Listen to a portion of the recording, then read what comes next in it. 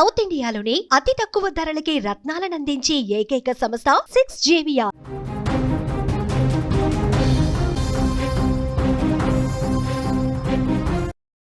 Breaking news చూస్తున్నాము. హైదరాబాద్లో దారుణ హత్య జరిగింది. కూకట్పల్లిలో జరిగింది ఈ ఘటన. మహిళను అత్యంత క్రూరంగా దుండగులు చంపేశారు.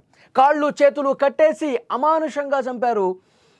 ప్రెషర్ కుక్కర్ మూతతో కూడా దాడి చేసినట్టుగా తెలుస్తోంది. పదునైన వస్తువుతో గొంతు కోశారు. హత్య వెనుక దోపిడీ కోణం ఉందని పోలీసులు అనుమానిస్తున్నారు. నగర ప్రజల్లో ఈ ఘటనతో ఒక్కసారిగా భయాందోళన నెలకొంది. హైదరాబాద్ కూకట్పల్లిలో జరిగిన ఒక దారుణ సంఘటన నగర ప్రజలను దిగ్భ్రాంతికి గురి చేసింది.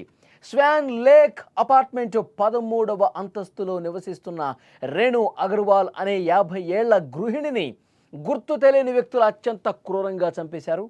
రేణు అగర్వాల్ను కాళ్ళు చేతులు కట్టేసి ప్రాణాలు తీశారని గుర్తించారు. ఈ దారుణానికి ప్రెషర్ కుక్కర్ మూతతో తల మీద బలంగా కొట్టి పదునైన కత్తితో దాడి చేసి చంపారు. ఈ విషయాన్ని పోలీసులు వెల్లడించారు. ఈ ఘోరానికి గల కారణం ఇంకా స్పష్టంగా తెలియకపోయినా పోలీసులు దోపిడీ కోణంలో దర్యాప్తుని వేగవంతం చేస్తున్న పరిస్థితి. కూకట్పల్లిలోని స్వాన్ లేక్ అపార్ట్మెంట్లో రేణు అగర్వాల్ తన భర్త కుమారుడితో కలిసి నివసిస్తున్నారు.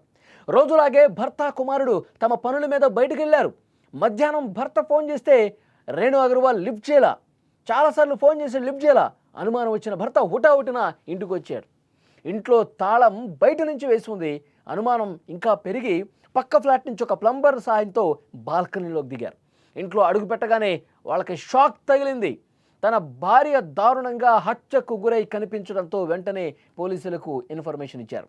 పోలీసులు ఘటనా స్థలానికి చేరుకుని దర్యాప్తు చేస్తూ ఉన్నారు.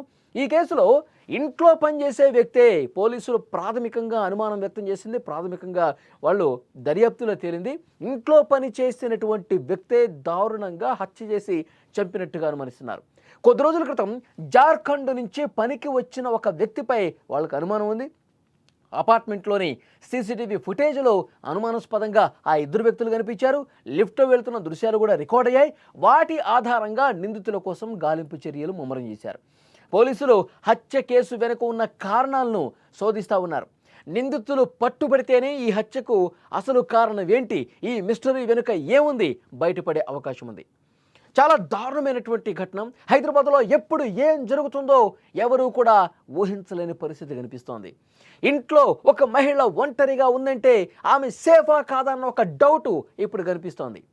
ఎంత దారుణం చూడండి. ఇంట్లో ఆ అపార్ట్మెంట్లో పనిచేసే వ్యక్తి జార్ఖండ్ నుంచి వచ్చాడంట. జార్ఖండ్ నుంచి పనిలో అక్కడ అపార్ట్మెంట్లో పనిచేస్తూ ఉన్నాడు. అక్కడ ఈ ఫ్లాట్కి పైన ఇంకో వ్యక్తి, అతనికి ఫ్రెండ్షిప్ కూడా ఉందంట.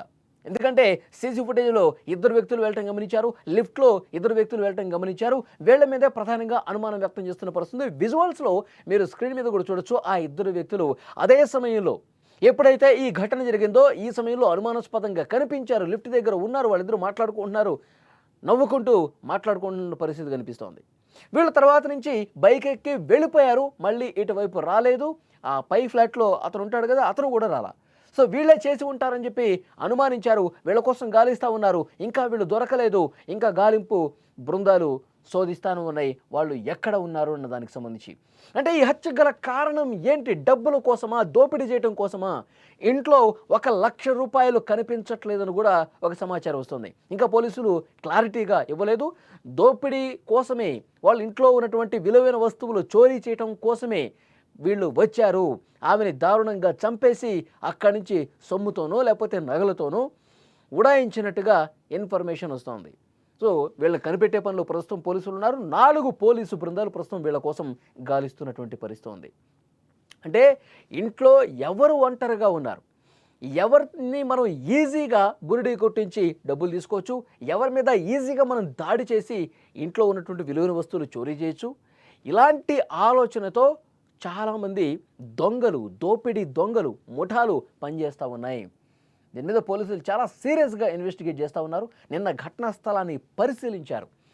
అక్కడ ఎప్పుడైతే ఈమె భర్త చూశాడో వెంటనే పోలీసులకి ఇన్ఫర్మేషన్ ఇచ్చిన తర్వాత పోలీసులు వచ్చారు. అక్కడ మొత్తం కూడా పరిస్థితిని పరిశీలించారు. ఆమెని చాలా దారుణంగా ఒక కత్తెర సాయంతో, ఇంకొక బలమైనటువంటి పదునైనటువంటి 2 కత్తులతో, కత్తెర కత్తులు చాలా దారుణంగా గొంతు కోసి కాళ్ళు చేతులు కట్ చేసి చంపినట్టుగా పోలీసులు నిర్ధారించారు. పోస్ట్మార్టం రిపోర్టుకి పంపించారు.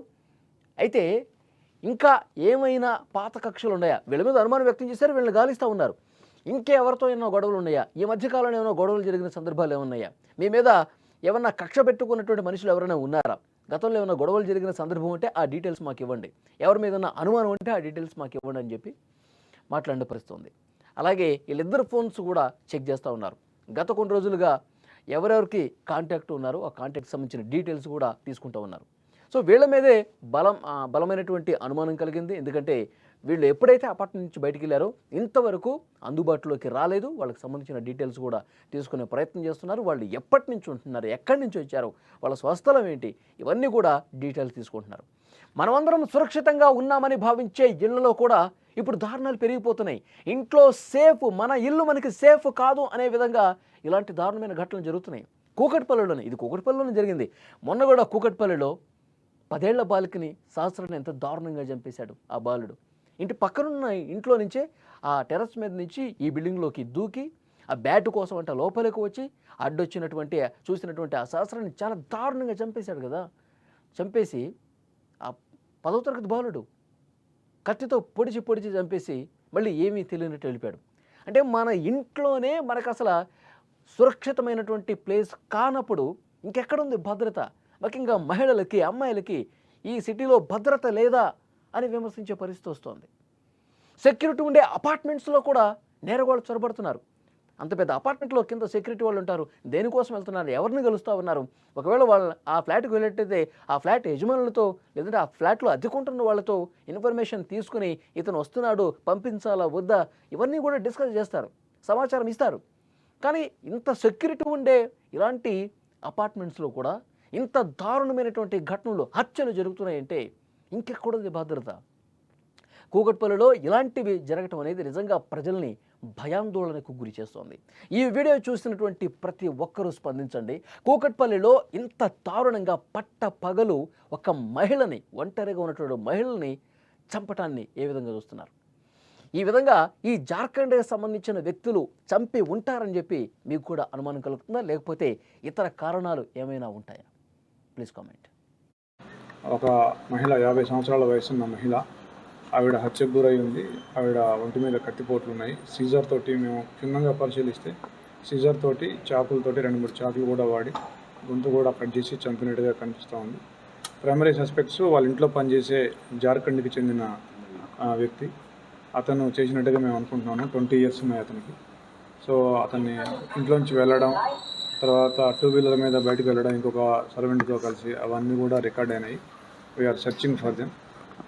ఎలా తెలిసిందంటే సాయంత్రం 5 గంటల నుంచి వాళ్ళ భర్త, ఒక బాబు, ఆవిడ, ముగ్గురు ఉంటారు ఇంట్లో.